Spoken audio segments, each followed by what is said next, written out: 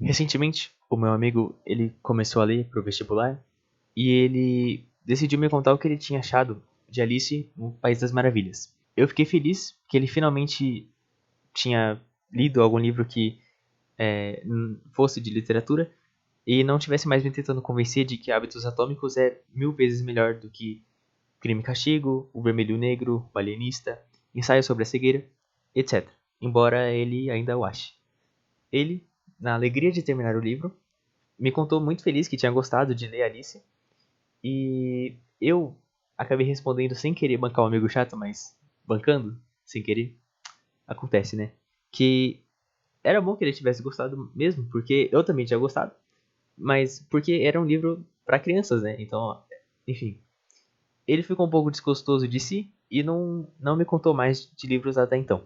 Mas, mais recentemente, eu percebi que eu estava errado, porque na verdade não é um livro para crianças. Alice no País das Maravilhas foi um livro feito para crianças, mas a gente pode ver um livro também, uma história, uma narrativa que não é propriamente para crianças também. E eu não estou falando de uma história que tem cenas que não são próprias para crianças, mas sim, como diria Virginia Woolf, de livros em que nós nos tornamos crianças. Ou seja, são livros para a gente voltar a se sentir como criança. E isso é importantíssimo na configuração de Alice no País das Maravilhas, como um dos melhores livros para se começar a ler literatura no geral. Porque além de nos ensinar o papel da literatura, Alice nos mostra o valor de ser pequeno. E não estou falando daquela sensação de ser pequeno que eu falei no primeiro vídeo, em que eu falava sobre o parágrafo do Pacífico. Eu estou falando de ser pequeno, de ser criança, de ser inocente, de não conhecer o mundo e ter vontade de conhecer as coisas. O papel da literatura aparece no livro de Alice quando ela, em momento nenhum falando sobre literatura em si, mostra ao leitor o valor de ler um livro, de conhecer mais coisas. Porque ela mostra nesse livro um caminho na descoberta do eu. Quer dizer, Alice no País das Maravilhas é muito mais do que uma viagem ao País das Maravilhas, mas sim é uma viagem para o conhecimento de si mesmo, conhecimento do eu. Eu, vendo uma dessas aulas que tem na internet sobre o livro, para fazer a prova da Unicamp, me deparei com uma professora que dizia que a jornada de Alice era muito mais uma jornada de autoconhecimento do que uma jornada de curiosidade, digamos assim, apesar de ser uma jornada fruto da curiosidade de Alice. O livro tem uma constante revelação para a personagem Alice sobre o que ela é, ou melhor, sobre o que ela não é. Porque na descoberta do eu, ela vai definindo o que ela é a partir de negações. Ela diz: eu não sou isso, eu não sou aquilo, eu não sou aquilo outro, então eu sou isso. Em todo o tempo, na narrativa, no livro, parece prevalecer uma noção crescente de alteridade. Essa noção, ela parece já existir, pelo menos, desde o começo do livro, quando ela cai na toca do coelho, daí ela fica pequena, e ela cresce de novo, e ela fica pequena, e cresce de novo, e chora, enfim. Quando ela faz essa lagoa de lágrimas, porque ela tá muito grande e chora muito, aí vira uma lagoa de lágrimas, ela pensa o seguinte: por que tá acontecendo tanta coisa estranha comigo? E logo em seguida vem outro questionamento. Será que eu mudei de pessoa a partir do momento que eu acordei hoje de manhã? E a terceira pergunta, finalmente: quem então sou eu para as coisas estarem desse jeito? Ela se pergunta ela se faz essa terceira pergunta para saber o quanto e como ela havia mudado desde de manhã, naquele dia. E logo em seguida ela diz: bem, eu não sou Ada, porque Ada tem um cabelo Ada ou Ada, enfim, porque ela tem o cabelo enrolado, cacheado e bem longo e o meu não. Eu também não posso ser Mabel, porque, bem, eu sei muitas coisas e Mabel não sabe nada. E ela então prossegue se fazendo perguntas para saber se ela realmente era inteligente ou se ela tinha sido trocada por Mabel, se ela tinha virado a Mabel. E ela percebe que ela erra todas as perguntas. Então ela só pode ser Mabel. Daí pra frente a situação, ela meio que só se repete no que diz respeito ao conhecimento de si mesmo por negação, por exclusão. E o que é que está acontecendo com Alice, de verdade? É o estágio do espelho. Jacques Lacan, um importante psicanalista francês, ele postulou que na descoberta do eu, da essencialidade do eu, um bebê, ele descobre a sua essência, descobre quem ele é de verdade, excluindo tudo aquilo que ele não é, tudo aquilo que é independente a ele. Ou seja, ele vai tendo contato com o mundo e vai percebendo que as coisas são independentes a ele. As coisas não se submetem à sua vontade inteiramente. Eu, por exemplo, quando quero fechar um olho, basta fechar um olho. Agora, se eu quiser tocar um violão, como esse aqui que está pendurado na minha parede, eu preciso pegar no violão e tocar o violão com os meus dedos. Ele não vai se tocar sozinho porque eu quero. Logo, o violão não faz parte de mim. O violão não sou eu. E qual é a única coisa que vai se mexer à minha vontade, só que ainda não sou eu propriamente? É um espelho. Porque o espelho vai refletir a minha imagem, e a minha imagem vai se mexer à minha vontade. Porque a minha imagem sou eu, de certa forma. E o problema do estágio do espelho é que, no começo, a própria teoria pressupõe que essa pessoa, esse indivíduo que esteja passando pelo estágio do espelho, passe por certa alienação de si. Porque se eu disser que eu não sou isso, eu nem sou aquilo, mas eu sou aquilo ali, que é o espelho, eu tô apontando pro espelho e não para mim. Então eu não sou isso aqui, eu sou o espelho.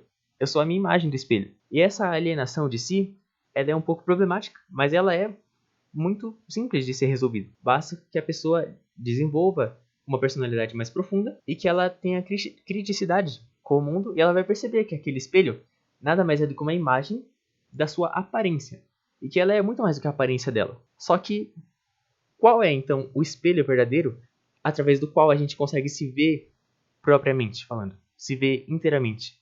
A literatura. A literatura, que não é material, ela não é um objeto ao qual nós dirigiríamos um tratamento frio e exato e distante, como a um espelho. Quando a gente se percebe através do conhecimento que a gente tem de histórias e personagens com a literatura, a gente consegue desenvolver um caráter mais profundo e muito mais bem definido do que se a gente só dissesse que a gente é uma imagem do espelho. Só que, afinal, o problema da literatura, aliás, da valorização da literatura nos dias de hoje, é que a literatura ela é, por excelência, inútil.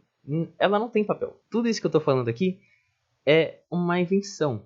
Porque, aparentemente, hoje em dia, a gente precisa convencer as pessoas a curtirem mais as coisas que são inúteis. Quer dizer, eu não estou falando aqui para você simplesmente abrir uma garrafa de cachaça e beber tudo de uma vez, porque a garrafa de cachaça vai ser inútil para você, mas você está curtindo a vida. Eu estou falando para você que as coisas que são inúteis às vezes valem a pena. A arte, a beleza, a vida, nada disso ela tem uma utilidade própria. E ainda assim a gente pode aproveitar tudo disso e tudo muito bem, sem ter nenhum problema na vida em si. Esse é o problema que a gente enfrenta atualmente. A exemplo do que acontece com uma pessoa que não lê, a gente pode citar aqueles jovens que criam podcasts aos 10, 12 anos sobre finanças, e aqueles jovens que tentam ser bem moralistas assim, mas numa idade que eles ainda nem conheceram a vida direito, sabe? Eu, com 17 anos, já não tenho nenhuma segurança para falar de nada disso que eu tô falando. E ainda assim, eu acho que vale mais a pena eu falar toda essa baboseira aqui do que ficar escutando por 2 horas uma criança falando que é inútil você aprender matemática, porque se um ladrão invadir sua casa, você não vai conseguir se defender dizendo que a soma dos catetos ao quadrado é igual a hipotenusa ao quadrado. No nosso caso, não seria útil, não seria bom aprender que, por exemplo, Carlos Drummond de Andrade tem um poema chamado A Máquina do Mundo, que é um nome de um conceito que aparece no épico Os Lusíadas, de Camões, né? Se você for uma pessoa inteligente, com um mínimo de visão crítica para a atualidade, você vai perceber que as crianças hoje são criadas como autômatos. São crianças máquinas. São crianças rasas, sem personalidade, sem conhecimento, sem vontades diferentes umas das outras. Todas as crianças, todas as pessoas hoje querem ser exatamente a mesma pessoa. Querem ser uma pessoa com as mesmas posses, uma pessoa com o mesmo desenvolvimento físico, querem ser uma pessoa com a mesma aparência. Criam-se hoje crianças simplórias, supérfluas, medrosos de tentarem alguma coisa diferente daquilo que é o aceitável. E eu não estou falando aqui de fazer uma revolução estética, moral. É só querer ser alguém diferente, ter personalidade. As pessoas não querem mais ter personalidade. Se elas lessem, para mim isso é claro, elas perceberiam que o mundo não é só aquilo que elas pensam que ele é. Elas perceberiam que é impossível você definir o mundo inteiro com palavras exatas, palavras frias. Mesmo se você for o mais ancião de todos, se você for o mais experiente de todos, você não vai ser capaz de definir tudo que existe e pensar na melhor alternativa para tudo que existe. E, no entanto, a literatura nos aproxima disso. Quanto mais você lê histórias, quanto mais você conhece personagens profundos e questões de vida, mais você consegue lidar com a sua vida e com suas questões. mas você consegue aproveitar a sua vida, aproveitar as coisas bonitas que a vida te entrega de graça. Hoje em dia as crianças, elas... Não crianças, né? Também não vou generalizar aqui, porque isso não acontece em todos os casos, mas é muito mais frequente hoje em dia que você veja uma criança que é petulante e que é ao mesmo tempo ignorante e que é supérflua em todas as áreas do conhecimento, mas que ela sabe um pouquinho de alguma coisa e acha que ela não precisa saber de mais nada. Esse é um problema que é fruto da falta de leitura, principalmente porque hoje em dia, se a gente lesse, a gente saberia que existem certos tipos de arquétipos e que fazem até certo sentido. Por exemplo, hoje em dia se perdeu a imagem de que uma pessoa mais velha é uma pessoa mais experiente e que, portanto, deve ser mais respeitada quando ela fala sobre conhecimentos que ela teve acumulados na vida. Hoje em dia, uma pessoa velha é simplesmente uma pessoa velha e que não tem utilidade para a sociedade porque não trabalha mais. A inteligência ela acabou abandonando os campos da leitura e do conhecimento profundo, da vastidão de alma e de conhecimento, de capacidade de discurso, de eloquência, enfim. Tudo isso deixou de ser inteligência e a inteligência agora está se aproximando de um valor meramente capital. E a questão não é fazer o dinheiro. A questão é atrelar o conhecimento só à capacidade de fazer dinheiro. Hoje em dia, o inteligente não é mais quem consegue ler bastante coisa, quem consegue exprimir bastante conhecimento, quem consegue dissertar muito bem sobre algum tema. Nada disso é mais visto como inteligência. Hoje, o inteligente é o adiantado, é o esperto, é aquele que consegue fazer mais dinheiro com menos esforço. Bom, eu não tenho muito mais o que falar. Isso é tudo que eu penso e tudo que eu acho que há de problema hoje em dia. Se você discorda de mim, por favor, comente embaixo. Eu preciso que você converse comigo para saber o que você pensa das minhas ideias. Enfim, eu espero que você tenha gostado do vídeo de hoje. Espero que você reflita sobre isso, porque afinal, se a literatura tem um papel, esse é refletir. Eu espero que agora você se sinta mais... Aliás, tente se sentir menos orgulhoso. Espero que você tenha algum nível de altruísmo maior do que antes, depois de ver esse vídeo. E espero que isso tenha te ajudado em alguma coisa. Eu não tenho muito mais o que falar. Se eu fosse te dar um conselho, eu não daria nenhum, porque eu não tenho experiência nenhuma de vida. Mas, se eu fosse para dizer alguma coisa séria, leia tudo. Não leia... aliás, leia o livro de receita da vida perfeita, leia qualquer coisa que seja, leia autoajuda, leia um livro de receita mesmo, enfim, leia. Porque afinal, hoje nós perdemos a literatura. Amanhã, quem sabe a gente não perca os livros, né? Então, é melhor que a gente leia e mantenha no mínimo esse hábito para gerações futuras. E é isso aí então. Até a próxima.